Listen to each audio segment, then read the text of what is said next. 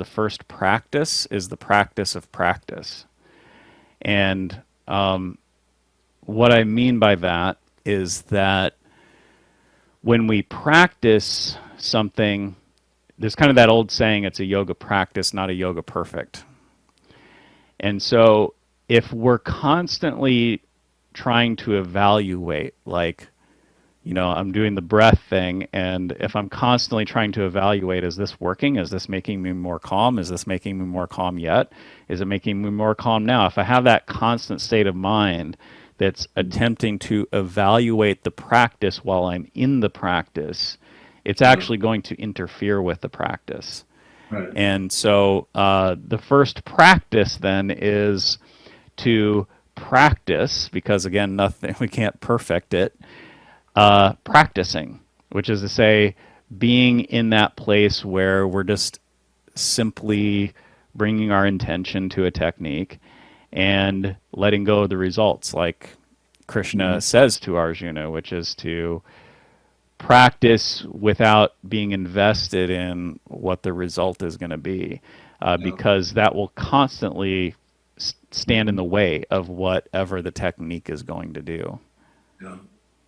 So maybe we're using intention in more than one way. Intention meaning we're going to focus on the breath versus intention meaning I'm trying to get to something. Mm-hmm.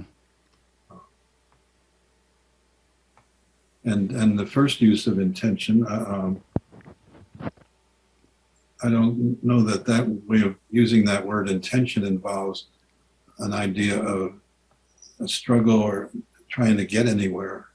It's just, well, we're doing this and let's see what happens. Mm. Yeah, that Well, I think so that's with clients, sometimes go back to we're talking about opposites. Sometimes if a client feels, for example, I work with computers and I'm concerned people are watching to see how if I'm doing things right, and so they're caught up in that side of the duality. I should do it right, and I don't want to mess up or be seen as stupid. I might ask the client I'm working with in therapy to purposely do some stupid things twice a day. Could be little, it could be big. Sort of get familiar with the other side instead of being afraid of that. So you could say there's an intention in that. It's just offering a sort of a situation where they can observe themselves and still do this process of unconditionally learning to unconditionally accept whatever they're observing. It's like doing an experiment. yeah. See it. Yeah, when I use the term intention with practice, what I mean is the act of being intentional. And Mm-hmm.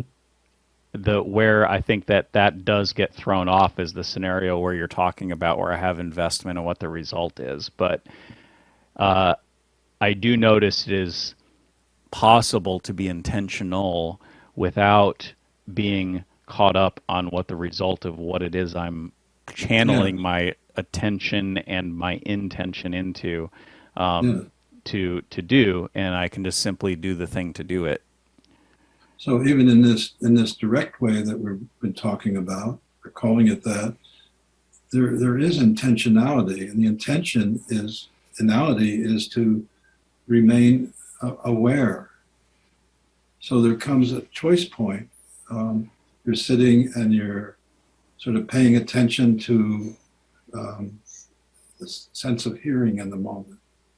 And then it won't take very long, and your mind is going to start thinking about, oh, I forgot to call so and so. I better remember to do that.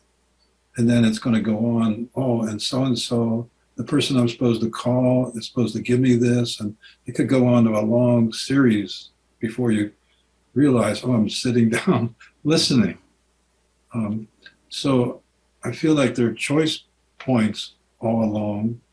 I don't think that's, I think that you could call that intentional. Hmm. Um, that I'm gonna choose when I realize that I'm gonna choose to come back to listening. Um, so I feel like that kind of choice is continual or repeated with, at least repeated in the process of discovering how we can be in the moment, because the mind's going to keep going off. And of course, most all meditators know this, have experienced this, but don't necessarily know how to deal with it.